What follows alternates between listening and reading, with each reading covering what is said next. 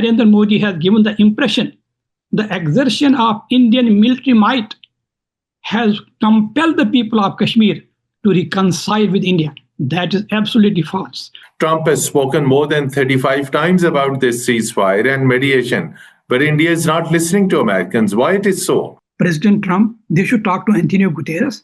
They please create the condition so that India and Pakistan are going to talk, not because Kashmiris are saying so, but because you have said, Donald Trump, and it is the statement of fact that the bone of contention, the underlying cause of nuclear confrontation between India and Pakistan has been and is the issue of Kashmir. Do you fear a threat of attack on Azad Kashmir by India? The possibility of threat is still there, but there's a hope that someone is watching who is going to bring them into senses. By them, let me also tell you, India and Pakistan, you know why?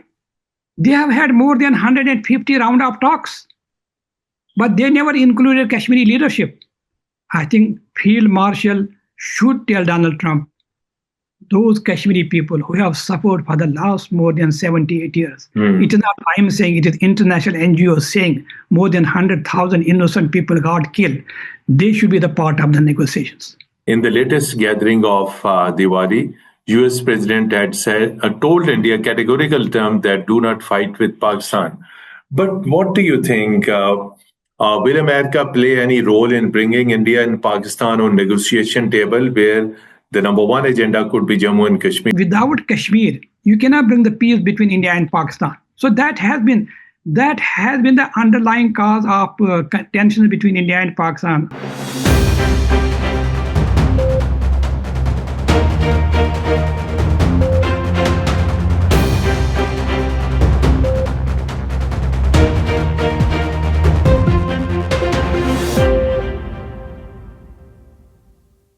Bismillah ar-Rahman ar-Rahim. Hello and welcome to program Insight in V News English. Dear viewers, every year on 27th of October, Kashmiris and Pakistanis, not only in Azad Jammu and Kashmir, in Pakistan and elsewhere, observe 27th October as a Black Day.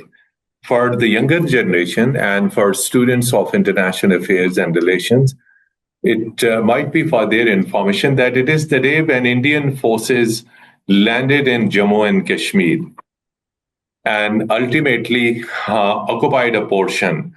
From Pakistani side, there was, of course, a very strong fight, but ultimately it was India which finally went to the United Nations Security Council, which announced ceasefire line. And ultimately a ceasefire line was created, but however, by that time, India had annexed or taken away or occupied a portion which is now called Indian illegally occupied Jammu and Kashmir. And the United Nations Security Council later on passed several resolutions. These resolutions gave right to the people of Indian illegally occupied Jammu and Kashmir a right of self-determination, a right to hold plebiscite, a right that they may decide about their future. But since almost more than 78 years, these resolutions are impending. Over the last 78 years, the people of Jammu and Kashmir have suffered enormously at the hands of the brutal Indian forces. There have been different phases of the struggle by the people of Jammu and Kashmir. One phase of uprising was in 1990. But another draconian chapter started on 5th August 2019, when India unilaterally changed the status of Jammu and Kashmir, made it part of Indian territory. Pakistan strongly rejected. There was strong reaction from world over, including from United Nations, which made it clear that Jammu and Kashmir remains as a disputed territory on the agenda of the United Nations, and whatever actions India did, whatever decisions India made, that cannot change the status of Jammu and Kashmir. So to discuss this all, we are fortunate to have with us one of the finest scholars, an expert of the Jammu and Kashmir history, an activist of the Jammu and Kashmir, Dr. Ghulam Nabi. Those who know Dr. Ghulam Nabi, they don't need his more introduction, but those who are watching it first time, Dr. Ghulam Nabi Sahib is based in Washington. one of the most strong voice on Jammu and Kashmir, and he also heads Jammu and Kashmir awareness movement based in Washington. And for decades and decades, he have been participating in rallies, in seminars, in conferences at different places, including in Geneva. And on every year, whenever Indian Prime Minister delivers speech, our Indian delegates deliver speech at UN General Assembly annual session. There is always a huge rally outside United Nations headquarters in New York, and very strong voice. And thank you so much, Dr. Ghulam Nabi Faisal, for joining our program, Insight at V News English. Other than traditionally, whatever is said on 27th October, there have been traditional statements, condemnation of Indian occupation, but actually tell us that 78 years have passed since Indian occupation of this Jammu and Kashmir, and that is called Indian illegally occupied Jammu and Kashmir. What is ahead now? 78 years is too much time. Kashmiris have sacrificed their lives. They have, of course, waged peaceful struggle as well. And for defending Jammu and Kashmir, Pakistan has also suffered a lot. Most of the wars between India and Pakistan have been fought on that. And this recent war in May, Marka Haq, was also in Jammu and Kashmir, since India created a situation, a false flag operation in Pahalgam, and subsequently blamed Pakistan. So, but now beginning the conversation, what is ahead? Will we continue to observe Black Day, or will there be any light at the end of the tunnel? Thank you very much, Mateen bhai. It is really an honor and pleasure, not only just to see you, but through you to talk to my own brothers and sisters in Pakistan. And you really raised so many questions. One of the questions is, even this today, October 27th, the narrative of India has been full of deception. On Kashmir. On Kashmir, right from day one. Very briefly, October 27th, India said that they have sent the army to Kashmir because the Maharaja signed the instrument of accession on October 26th. And can you believe it? A person no less important than Dr. or Professor Andrew Whitehead, who was a BBC correspondent for 35 years, and he has a PhD from Oxford University on Kashmir. The thesis was a mission in Kashmir. He said in that, when I approached the government of India that I would like to examine this instrument of accession, they said, no, it's not for everybody. It is classified. But when Alistair Lamb, he approached the government of India, they told him, sir, that paper has been stolen. But the question is, even India did not really believe that the accession of Maharaja was final. As you mentioned very correctly, it was not Pakistan. It wasn't the people of Kashmir. It was the government of India which brought the issue to the United Nations on January 1st, 1948. Why we are demanding the right to self-determination? Let me tell you, and through the whole nation of Pakistan, Kashmir is the only international conflict where the solution of Kashmir was suggested by the parties themselves. What is the solution of Kashmir? Right to self-determination. Who suggested it? Sir Gupaswamy Iyengar. He was the Indian delegate in the United Nations. This is the same Sir Gupaswamy Iyengar who was the Prime Minister of Maharaja from 1937 to 1943. This was the same Gupaswamy Iyengar who is the architect of Article 370, which was abrogated in 2019. What did he say there? He said on January 15, 1948, whether Kashmir remains in India or accedes to Pakistan or becomes independent, Mateen bhai, ये यासिन मलिक नहीं कह रहा है, Gupaswamy Iyengar कहता है, becomes independent and seeks the membership in the United Nations. That must be decided by the people of Kashmir. You are saying that what did we achieve? You know what we achieved? We really have no words to thank Allah subhanahu wa ta'ala. We are the weakest of all. The nation of Kashmir is very weak. But why we have a hope? We have international sanctity. Thank you very much. You mentioned that. When Narendra Modi abrogated Article 370-35A on August 5th, 2019, I do not know what was your situation on the streets of Islamabad. Here in Washington, D.C., Khuda ki kasam, we thought hamari maa mar gayi. This is the end of the story. But because of that international sanctity, as you mentioned very correctly, just 3 days later, a person no less important than the Secretary General of the United Nations clarifying Kashmir issue has to be resolved under UN Charter, under applicable United Nations Security Council resolutions. You may be asking, why do we really need to have these seminars? Why do we really need to have these protests on the streets of Srinagar, Islamabad, and whatnot? Because Narendra Modi has given the impression there is no life left in the Kashmir issue. Narendra Modi has given the impression that the exertion of Indian military might, by the way, you know how many are there? I am not saying it. Arunti Rai has mentioned it. 900,000 Indian soldiers are in Kashmir. So Narendra Modi has given the impression the exertion of Indian military might has compelled the people of Kashmir to reconcile with India. That is absolutely false. So that's why we are having seminar here in Washington, D.C. Today, when I am talking to you, we have the digital trucks moving on the streets of New York. And I was really watching the Pakistani television. There are protests everywhere. Why? Because we have to give the strong message to the international community that we are still alive. These trucks and these images, videos on the trucks, moving images, does this create any impact on the minds of the general public? Brother, it was 1990 or 1991. We had a meeting with the number 2 of the United Nations, Under Secretary General of the United Nations, Kieran Pendergast. By the way, he's a British. He was the number 2 of Kofi Annan. Sadar Koyub Khan, may Allah bless his soul, and Justice Faruqi from Kashmir, Mirwaz Umar Farooq, we were there. You know what happened?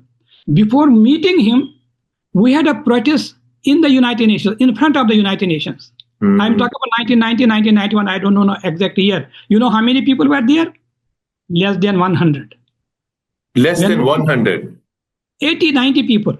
When we went inside, the first thing Kieran Pendergast asked, are you the same people who were protesting outside? I said, Excellency, how do you know it? He said, Mr. Fai, you are protesting in front of the United Nations, wanting to give us a message. And you think we are not going to take care of that? We are not going to take the notice of that? A year later, we had another protest. Abdul Shakur, who was the president of Al Khidmat, he was here in Washington, in New York, was affiliated with Islamic Circle of North America. He arranged that protest. We had 100 or 150 people in that protest, again in front of the United Nations.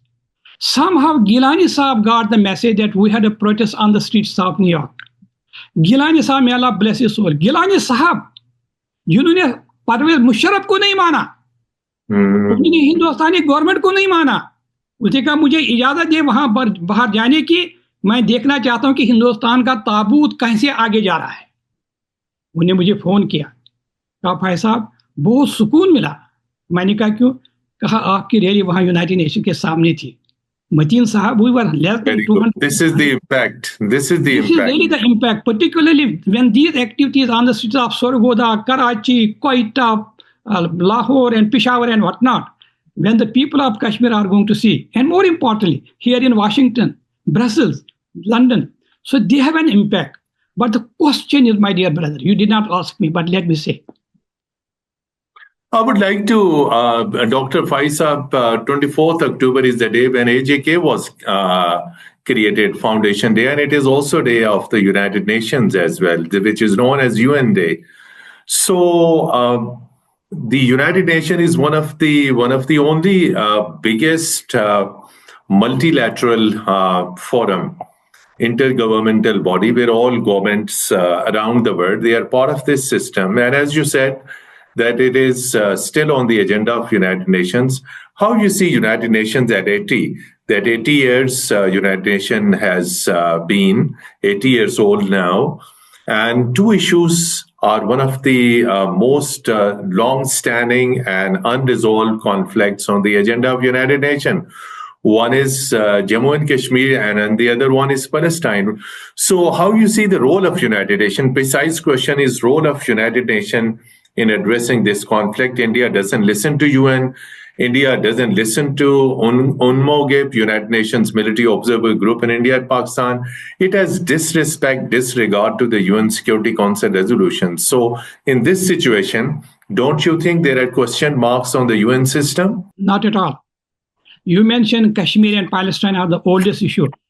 Just for the sake of our audience and our viewers, just in April of 1948, just 1 month, on April 1st of 1948, resolution number 43 was adopted in the Security Council. On April 17, resolution number 46 was adopted. On April 21st, resolution number 47 was adopted.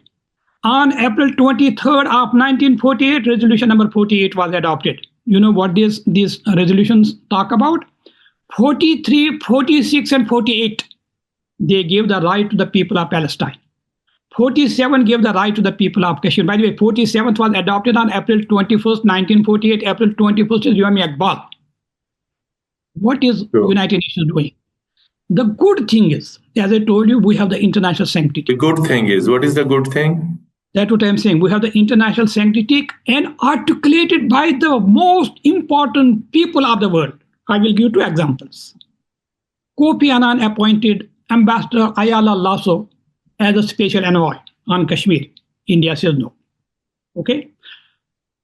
And Antonio Guterres said at least more than half a dozen times, we want to mediate.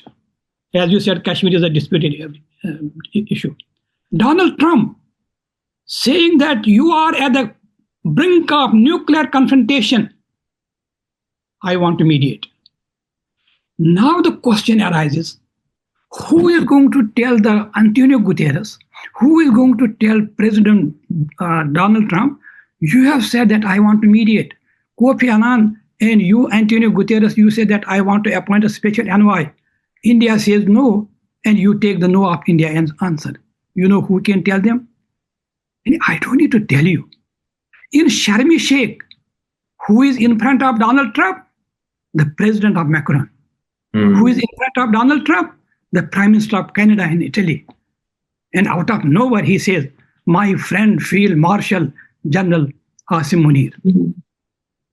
We need to really understand what is extraordinary acknowledgement, no doubt. We need to understand what does that mean. And there were more than 1 dozen dignitaries. Global leaders, exactly, global leaders. And he said, Prime Minister Shahbaz Sharif, can you come and say a few words? The only person other than Donald Trump. Out of the turn. So now the question is, it is the Prime Minister of Pakistan. It is the Field Marshal General Asim Munir. They really do not need to tell us, because the quiet diplomacy plays wonders. They should tell President Donald Trump that your Secretary of State, Marco Rubio, said, he is not only Secretary of State, he is also the National Security Advisor. He mentioned publicly, the time has come, the Indian and Pakistani foreign national security advisors must meet. Field Marshal will tell them, now is the time they should meet. They should also tell them, you said Kashmir is the bone of contention. Include the Kashmiri leadership. And he will say, oh yes, we have Dr. Farooq Abdullah. Yes, we have Muhammad Mufti. Tell him no. When South Africa was on the streets of New York and Washington, D.C., Nelson Mandela was not here. He was in the jail. Mateen Sahab, Kashmir nation is fortunate. We have 3 Nelson Mandelas, not because I am saying so. The history testifies. Muhammad Yasin Malik, who is facing the situation of life and death. Shabir Ahmad Shah. Mateen Bhai, he has spent 37 years in the jail, and Nelson Mandela spent 26. Masrat Alam Bhatt, 35 PSAs, Public Safety Act, have been imposed on him. So my point is that we are really lucky enough.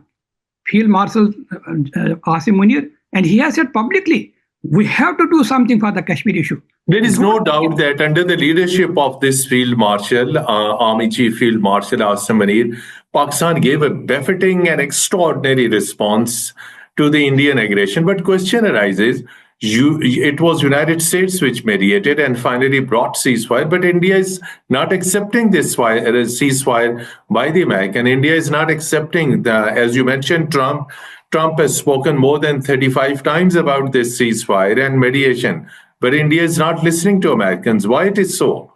India has listened and listening and listening and listening. Didn't you hear what Rahul Gandhi said? He said in the parliament, Indian parliament, he said, Mr. Prime Minister, you got the call from Donald Trump, Narendra, surrender. He said, don't tell us this was DJMO of Pakistan. Don't tell us that. It was President Trump. If you have courage, these are his words. If you have courage, you pick up the phone, tell Donald Trump that you are telling a lie. So don't tell me, Mateen Bhai, that India is not listening. But as I told you, this is happening quite diplomacy. So that's why Prime Minister Shahbaz Sharif and Field Marshal Munir, really, honest to God, I as a Kashmiri American, I will be the last person to know what they are talking about. But they should talk to President Trump. They should talk to Antonio Guterres. Their please create the condition so that India and Pakistan are going to talk, not because Kashmiris are saying so, but because you have said Donald Trump, and it is the statement of fact that the bone of contention, the underlying cause of nuclear confrontation between India and Pakistan has been and is the issue of Kashmir. But question arises after this Marika-e-Haq of 10th May this year between Pakistan and India. Subsequently, later on, you might have seen Indian political and military leadership statements are threatening Indian Army Chief, Indian Prime Minister, their National Security Advisor. We will snatch Azad Jammu and Kashmir. We will attack Azad Jammu and Kashmir. We will take it back. So they are not silent. They are making provocative statements, threatening statements. Now question is, will India attack Azad Jammu and Kashmir, line of control, or any false flag operation? Although Pakistan military 2 weeks ago issued a very strong statement and took strong exception of these statements. Of course, Pakistani Foreign Office did, but this is quite provocative environment India is creating on Kashmir. Do you fear a threat of attack on Azad Kashmir by India? No, I will tell you why. You know, America intervened in Gaza. Prime Minister Shahbaz Sharif and other dignitaries, they were there. It should have been the action of United Nations. So the history... Exactly. This happened outside the UN ambit. Exactly. That's what I'm saying. The history of 2025 tells us Security Council is the supreme body of the world. Decision making, exactly. But there is somebody who is supreme after the supreme body of the world. That is President Donald Trump. Can you believe it, Mateen Saab? The Indians, the who's who of Indian Americans, the who's who attend the Diwali in the White House, I think the net worth of them will be more than $1 trillion who are attending that, including the Indian ambassador, including the FBI chief who happened to be of Indian origin. Can you believe it what Donald Trump said there? I talked to my friend Narendra Modi. I told him, don't fight with Pakistan. These are his words. He is not going to accept it, as Rahul Gandhi said, he's not going to accept it in public. But he will accept it. He will say, Donald Trump said at Diwali, an Indian ambassador was there. Don't fight with Pakistan. These are his words, not my words. Don't fight with Pakistan. And that was more than 45 times. Even there he said, I told India and Pakistan, don't fight. And they had so what I am saying, there's a threat, as you mentioned, that India can go to that extent. But because it is not only the world party is watching, it is because Donald Trump, for some reason, whatever the reason, not only that he is watching, but he has made a public statement. I talked to, it's not that he is going to send a message. He said, I talked to Narendra Modi, my friend, Mr. Modi, don't fight with Pakistan. So that's why there's a hope. The possibility of threat is still there. But there's a hope that someone is watching who is going to bring them into senses. By them, let me also tell you, India and Pakistan, you know why? They have had more than 150 round of talks, but they never included Kashmiri leadership.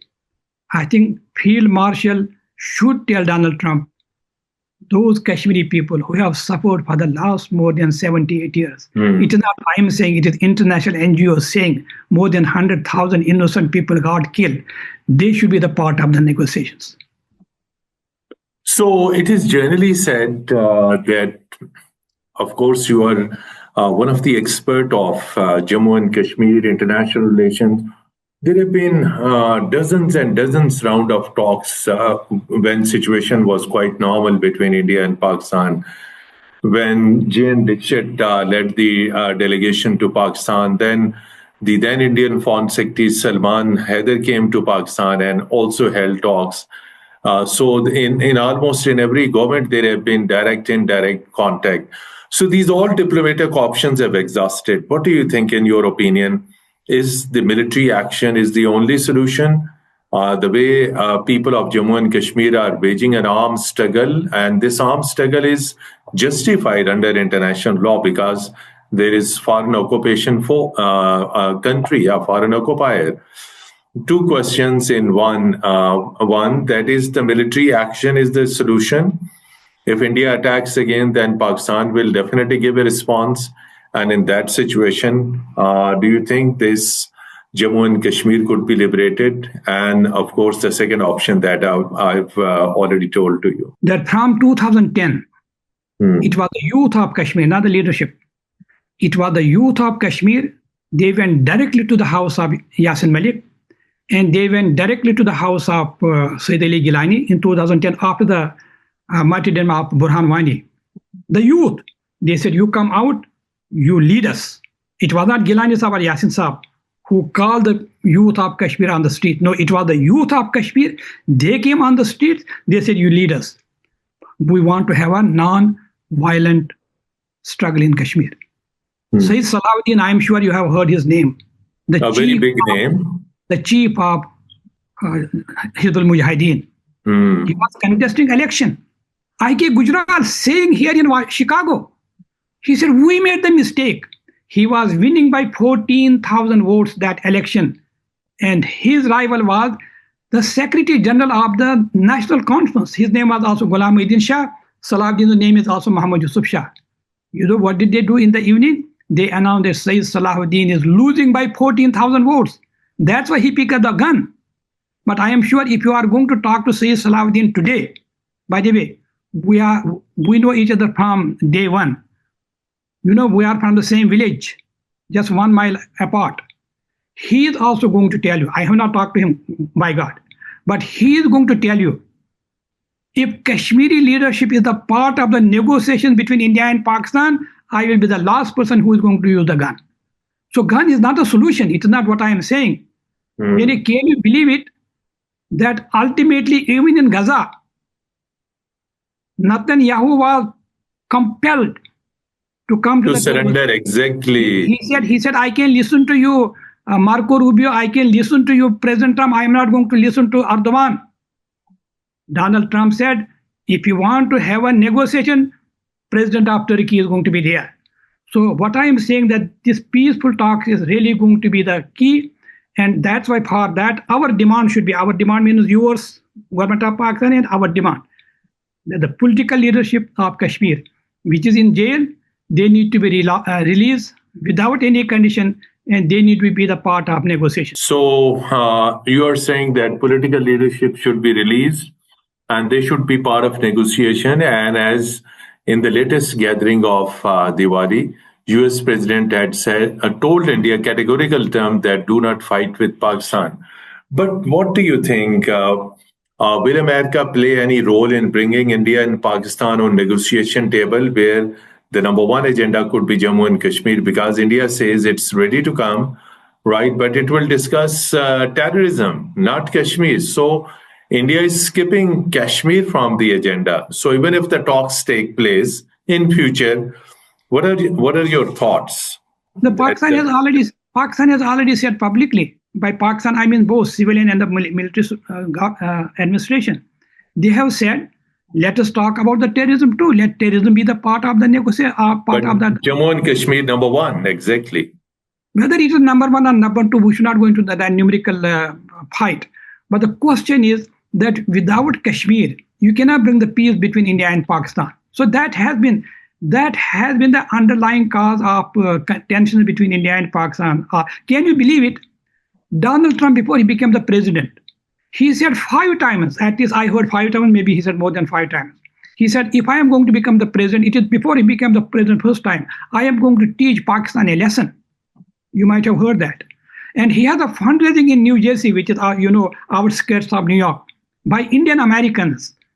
A fundraising for a billionaire, you need to have millions of dollars. And there was a correspondent of India, Hindustan Times. This is in the Hindustan Times. We asked him, Mr. President, if you are, Mr.